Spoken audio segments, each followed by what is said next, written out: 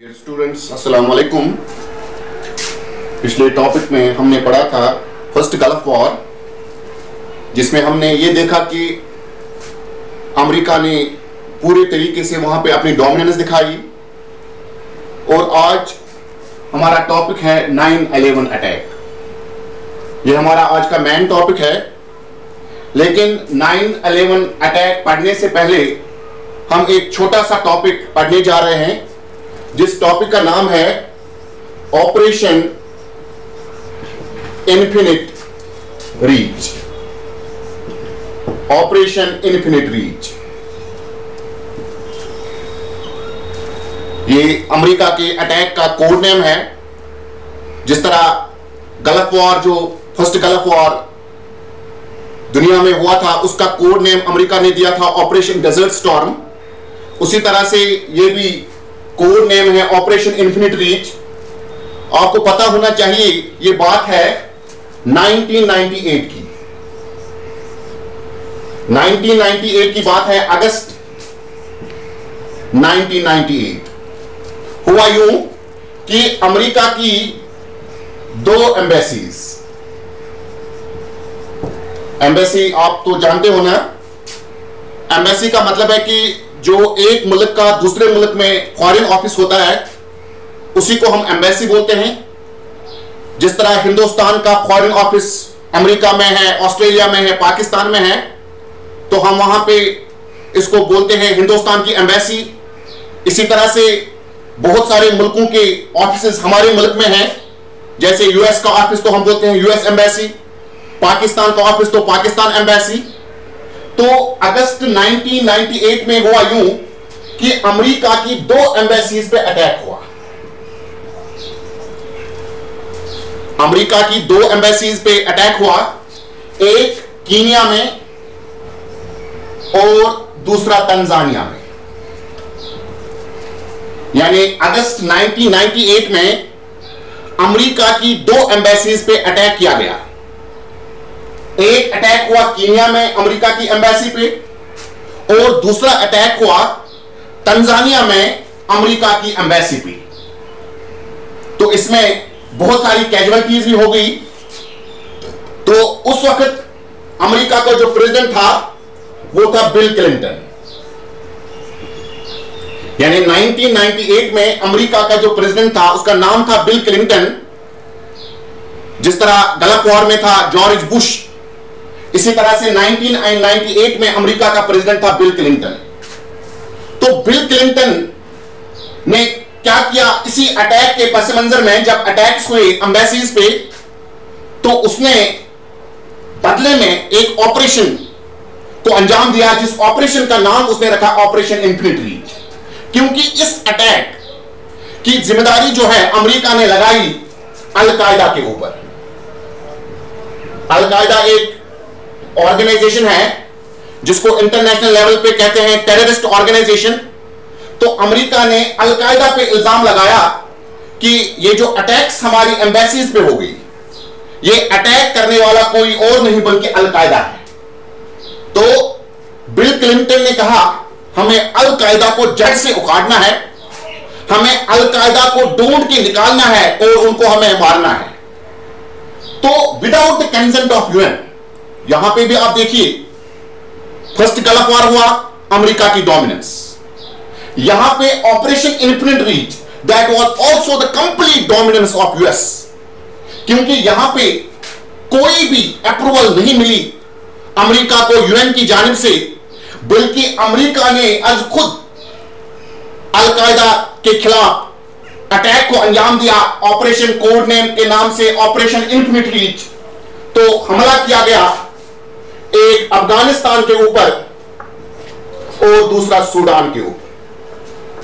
यानी 2 मुल्कों पे अटैक किया गया, एक अफगानिस्तान के ऊपर और दूसरा सूडान के ऊपर।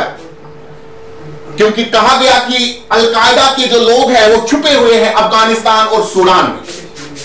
लेकिन हुआ यूं, अल-कायदा वाले कम मरे और इनोसेंट लोग, आम इंसान जो है वो बहुत ज्यादा मर गए। लेकिन अमेरिका ने नाम दिया इसको ऑपरेशन इन्फिनिट रीच। कहा गया कि हमें अल-कायदा को जड़ से उखाड़ना है लेकिन अलकायदा, बल्कि अलकायदा को कुछ भी नहीं हुआ इस अटैक से। अलकायदा फिर भी अपनी कार्रवाइयां जारी रखे हुए थे पूरी दुनिया में। तो यहां पे आप देखिए, मैंने आपसे अभी कहा कि यूनाइटेड नेशन ने कोई भी अप्रूवल नहीं दी थी यूएस को सूडान और अफगानिस्तान के ऊपर अटैक करने के लिए, लेकिन यूएन को बालाई ताक रख के अमेरिका ने यह अटैक जो किया, सिर्फ दुनिया को यह दिखाने के लिए हम इंटरनेशनल ऑर्गेनाइजेशंस के अंडर काम नहीं करते। हम जो भी फैसला लेते हैं अपने दम पे लेते हैं। This shows the complete dominance of US in the world politics. यह था हमारा छोटा सा क्वेश्चन, ऑपरेशन इन्फिनिट रीच। अब हम आज के असली मौजू की जानिब जाएंगे। जो हमारा आज का असली टॉपिक है वो है 9/11 अटैक। 9/11 अटैक को पढ़ने से पहले मैं आपको एक कश्मीरी कहावत यहां पे बताने जा रहा हूं। कश्मीरी कहावत यह है, ओयम स्वाई वोबम स्वाई लजम स्वाई पान से। अब आप कहेंगे इस कोटेशन का क्या ताल्लुक है 9/11 अटैक की ओर। सबसे पहले मैं आपको यह बताने जा रहा हूं, ये जो 9/11 ये अटैक जो है, ये नाम रखा गया है डेट के ऊपर, यानी डेट ऑफ अटैक, या हम यूं कहेंगे यकलन ताप तकलन शोहद। आप ये देखिए कि अमेरिका आज तक दुनिया में सिर्फ कारस्तानियां करता गया, अपनी डोमिनेंस दिखा रहा था, लेकिन अब वो वक्त आया जब अमेरिका को सबक सिखाया गया। और ये जो 9/11 अटैक है, मैं अभी आपको बता रहा था, ये 9/11 कोई टेक्निकल टर्म नहीं है। 9/11 का मतलब है सिर्फ डेट ऑफ अटैक।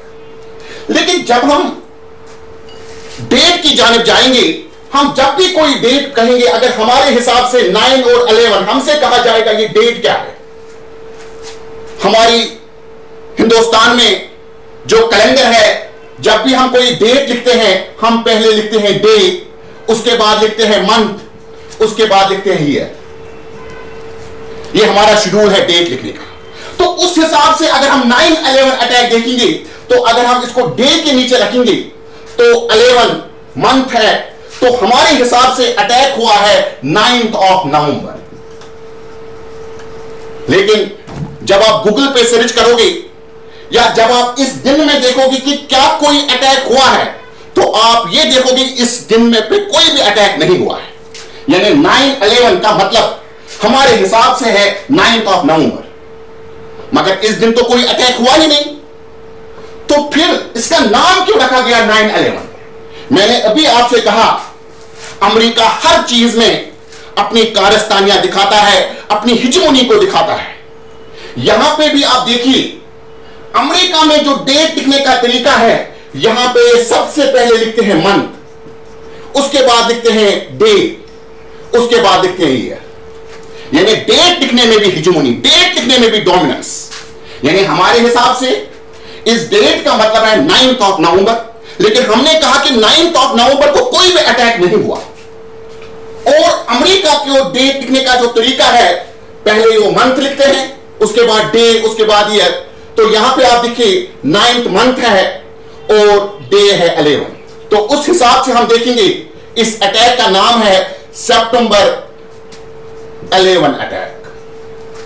यानी 11 सितंबर को यह अटैक हुआ है अमेरिका के ऊपर, और इसीलिए इस अटैक का नाम अमेरिका ने अपने कैलेंडर के हिसाब से दिया है, और इस अटैक का नाम पड़ा है 9/11 अटैक। और यह बात है 2001 की। यानी 2001 में अटैक किया गया अमेरिका के ऊपर। कब अटैक हुआ? 11 सितंबर। यानी अमेरिका के हिसाब से सितंबर 11, और अगर हम अपने हिसाब से लिखेंगे, मैं अभी आपसे कह रहा था, तब यह है 9 नवंबर। तो यहां पे आप देखिए इस अटैक में क्या हुआ। यहां पे कहा जा रहा है कि 19 यानी 19 टेररिस्ट्स, यानी 9/11 अटैक में क्या हुआ, 19 टेररिस्ट्स ने 4 कमर्शियल एयरक्राफ्ट्स को हाईजैक किया। यानी 4 एयरक्राफ्ट्स को हाईजैक किया गया 19 टेररिस्ट्स की जानिब से, जिसका लास्ट पे अमेरिका ने इल्जाम लगाया अल-कायदा और तालिबान के ऊपर। कहा गया कि ये लोग जो थे, ये 19 लोग जो थे, जो इसमें शामिल थे अटैक में, इनका ताल्लुक अल-कायदा और तालिबान से था। टॉपिक के पहले ही मैंने जो आपसे कहा था, ओयम सोई, वोम सोई, लजम सोई, पांसी, आज जिस ऑर्गेनाइजेशन को अमेरिका दहशतगर्द तंजीम कहता है, तालिबान को, और अगर हम तालिबान ऑर्गेनाइजेशन के बारे में पढ़ेंगे तो आपको यह पता होना चाहिए तालिबान की क्रिएशन जो हुई है उसके पीछे जो हाथ था वो अमेरिका का ही था। यह कोल्ड वार की बात है, जब अमेरिका और यूएसएसआर के दरमियान कोल्ड वार चल रहा था, तब अमेरिका ने तालिबान को इस्तेमाल किया यूएसएसआर को हराने के लिए, यूएसएसआर को सबक सिखाने के लिए। और तब यह तंजीम एक बहुत ही अच्छी तंजीम थी, लेकिन जब तालिबान ने अमेरिका के खिलाफ काम करना शुरू किया, तालिबान ने अमेरिका का मानने से इनकार किया, तब यही तंजीम एक दहशतगर्द तंजीम बन गई। तो यहां पे आपको पता होना चाहिए कि 9/11 अटैक में 19 टेररिस्ट जिनका ताल्लुक अल-कायदा और तालिबान से था, उन्होंने 4 कमर्शियल एयरक्राफ्ट्स को हाईजैक किया अमेरिका में। यह सुबह 8 बजे की बात है, यानी मॉर्निंग में सुबह 8 बजे अमेरिका में 4 जहाज हाईजैक होते हैं, और उसके बाद इन्हीं जहाजों का इस्तेमाल किया जाता है जो अमेरिका में ऊंची ऊंची बिल्डिंग्स या इंपॉर्टेंट बिल्डिंग्स है, ये जहाज जो है ये उन्हीं से टकराए जाते हैं और बहुत ज्यादा नुकसान होता है अमेरिका का। लेकिन अगर हम अनऑफिशियल इन्वेस्टिगेशन की जानिब देखेंगे तो कहा जा रहा है कि ये अटैक जो है ये अमेरिका ने खुद करवाया है, क्योंकि अमेरिका ने देखा कि मुझे इसमें फायदा है, इस अटैक को करने में फायदा है, तब जाके अमेरिका ने अटैक खुद। क्योंकि जब हम इस टॉपिक को अच्छे तरीके से पढ़ते हैं हमें डाउट होता है कहीं ना कहीं हो सकता है अमेरिका ने अटैक खुद तो नहीं करवाया होगा, किसी मुल्क को नुकसान पहुंचाने के लिए या किसी ऑर्गेनाइजेशन को नुकसान पहुंचाने के लिए हो सकता है ये अमेरिका ने अटैक खुद करवाया होगा। अब अटैक चाहे किसी ऑर्गेनाइजेशन ने किया या अटैक अमेरिका ने खुद किया, तो अमेरिका की डोमिनेंस इस अटैक से बहुत ही ज्यादा कम हो गई। यानी दोनों में दुनिया का फायदा हुआ, चाहे अटैक करने वाला तालिबान था, चाहे अटैक खुद अमेरिका ने करवाया, दुनिया को इससे बहुत ही बड़ा फायदा मिला कि अमेरिका की हिजमनी, अमेरिका की डोमिनेंस जो है वो कम हो गई। जो मैंने कहा यतलन ताब ततलन शुहूर, उसका यही मतलब है। यहां तक 2001 तक अमेरिका उरूज पे था, यानी अमेरिका किसी का भी नहीं मानता था। अमेरिका का कहता था कि एक मैं हूं और दूसरा कोई नहीं। लेकिन 2001 के बाद अमेरिका का जवाल शुरू होने लगा, अमेरिका की डोमिनेंस कम होने लगी, अमेरिका की इकोनॉमी पे बहुत ही ज्यादा असर पड़ा। यहां पे बात है मॉर्निंग 8 बजे की, जब 4 एयरक्राफ्ट को 19 टेररिस्ट्स ने हाईजैक किया और ग्रुप्स में वो दाखिल हो गई इन 4 जहाजों में, और उसके बाद इन 4 जहाजों को टकराया गया अमेरिका में बिल्डिंग्स के साथ। पहला जो जहाज है यानी फर्स्ट एयरक्राफ्ट, इसको टकराया गया वर्ल्ड ट्रेड सेंटर, जो अमेरिका में इकोनॉमी का एक बहुत ही बड़ा मरकज है। वर्ल्ड ट्रेड सेंटर अमेरिका में सबसे ऊंची बिल्डिंग है, वर्ल्ड ट्रेड सेंटर। तो पहला जहाज जो है, पहला एयरक्राफ्ट जो है, इसको टकराया गया वर्ल्ड ट्रेड सेंटर के एक टावर की, यानी एक साइड से। और उसके बाद कुछ मिनट्स के बाद, यानी लगभग आधा घंटा के बाद दूसरा एयरक्राफ्ट आया, यानी सेकंड एयरक्राफ्ट, वो इसी बिल्डिंग की दूसरी ओर आया, यानी वर्ल्ड ट्रेड सेंटर। यानी पहले के 2 जहाज यानी पहला जहाज भी वर्ल्ड ट्रेड सेंटर के साथ टकराया, लेकिन एक साइड, और उसके बाद आधे घंटे बाद दूसरा जहाज आया तो वर्ल्ड ट्रेड सेंटर की दूसरी ओर ये टकराया गया। तो हुआ यूं कि वर्ल्ड ट्रेड सेंटर, जो कि अमेरिका का एक बहुत ही बड़ा इकोनॉमी का मरकज है, उसमें आग नमूदार हो गई और ये बिल्डिंग जमीन बोस हो गई और बहुत ही ज्यादा नुकसान हुआ इस अटैक से। यानी वर्ल्ड ट्रेड सेंटर में जितने भी मराकज थे इकोनॉमी की वो तबाह हो गई। उसके अलावा जितने भी लोग वहां पे मौजूद थे वर्ल्ड ट्रेड सेंटर में उस वक्त, उनकी तो या तो डेथ हो गई मौके पे ही, या बहुत ज्यादा कैजुअलिटीज, यानी बहुत ज्यादा लोग जख्मी हो गए। उसके बाद कुछ वक्फे के बाद तीसरा जहाज आता है, थर्ड एयरक्राफ्ट। देखो शक कहां पे होता है।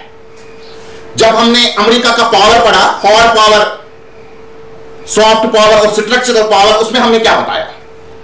अमेरिका के पास सलाहियत है किसी भी मुल्क के ऊपर अटैक करने की सलाहियत और अपने आप को डिफेंड करने की सलाहियत। उसके अलावा हमने यह भी पढ़ा सबसे बड़ा डिफेंस का हेडक्वार्टर अगर कहीं मौजूद है वो अमेरिका में मौजूद है। तो यहां पे आप देखिए 4 जहाज अगवा हाईजेक होते हैं। तब अमेरिका की इंटेलिजेंस कहां थी? तब अमेरिका का हार्ड पावर कहां था? क्या उनको यह पता नहीं चला कि हमारे 4 जहाज हाईजेक हो गए? पहले शक होने की गुंजाइश यहां पे बनती है। क्यों उन्होंने पहले ही इन एयरक्राफ्ट को आजाद करवाया इन टेररिस्ट से? और उसके बाद क्या उन्होंने इंतजार किया कब ये जहाज आएंगे और उसके बाद बिल्डिंग इसके साथ ये टकराएंगे? क्या अमेरिका वाले तमाशा देख रहे थे? क्या उनके पास कोई ऐसी टेक्नोलॉजी नहीं थी कि जहाज को वो रोक सकते थे, जहाज को वो तबाह कर सकते थे पहले ही, बिल्डिंग से टकराने से पहले ही? तो इतना बड़ा नुकसान अमेरिका में नहीं होता। एक शक यहां पे होता है कि अमेरिका ने क्यों नहीं रोका इन जहाजों को बिल्डिंग के साथ टकराने के लिए। तो मैं यहां पे पहले कह रहा था, फर्स्ट एयरक्राफ्ट टकराया वर्ल्ड ट्रेड सेंटर के एक जानिब, second aircraft world trade centre की दूसरी जानिब, तीसरा एयरक्राफ्ट जिसको हम कह रहे थे दुनिया का सबसे बड़ा defence headquarter, research headquarter in terms of military and defence, hard power में हमने बताया पेंटागन। पेंटागन के बारे में हमने हार्ड पावर में पढ़ा। तो तीसरा जहाज आता है और पेंटागन से ही टकराता है। यानी अमेरिका के डिफेंस मरकज जो है, हेडक्वार्टर जो है, उससे तीसरा जहाज टकराता है। उसके बाद कुछ वक्फे के बाद, तो यहां पे आप देखिए, अगर ये 4 जहाज एक साथ आते और एक साथ अटैक करते तब हम कह सकते थे कि अमेरिका बेबस था, वो इनको नहीं रोक सकता था। चलो एक जहाज तो टकराया, उसको फर्स्ट एयरक्राफ्ट ने अपने आप को टकराया वर्ल्ड ट्रेड सेंटर के एक टावर से। क्या अमेरिका वाले इन 3 जहाजों को नहीं रोक सकते थे? यहां पे शक की गुंजाइश बनती है।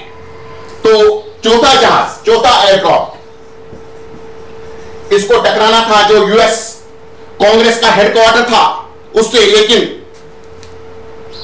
कुछ मीटर पहले ही यह जमीन पे ही गिर गया। यानी जो यूएस कांग्रेस का हेडक्वार्टर है उसका जो फील्ड है, सामने वाला फील्ड, वहां पे ही यह जहाज गिर गया। यानी नुकसान हुआ लेकिन कुछ ज्यादा नुकसान नहीं हुआ चौथे एयरक्राफ्ट से। तो ये 4 वन आफ्टर अनदर जो अटैक्स हुए अमेरिका में, यानी series of attacks one after another, तो इस अटैक से अमेरिका में बहुत ही ज्यादा कैजुअलिटी हो गई। जो ऑफिशियल रिपोर्ट है उसमें कहते हैं लगभग 4000 लोग मर गए और 16000 लोग जख्मी हो गए।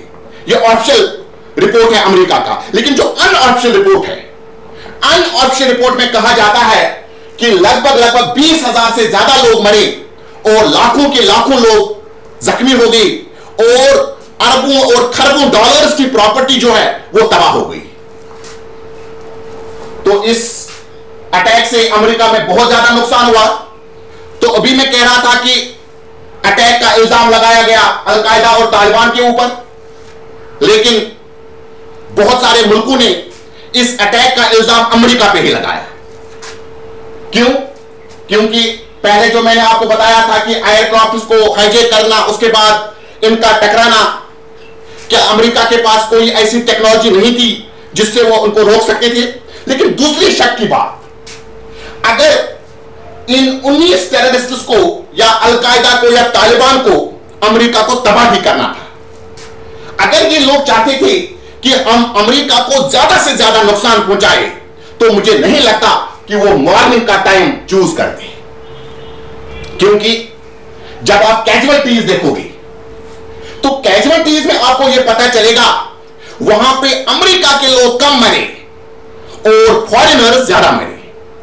अब आप ये कहोगे कैसे?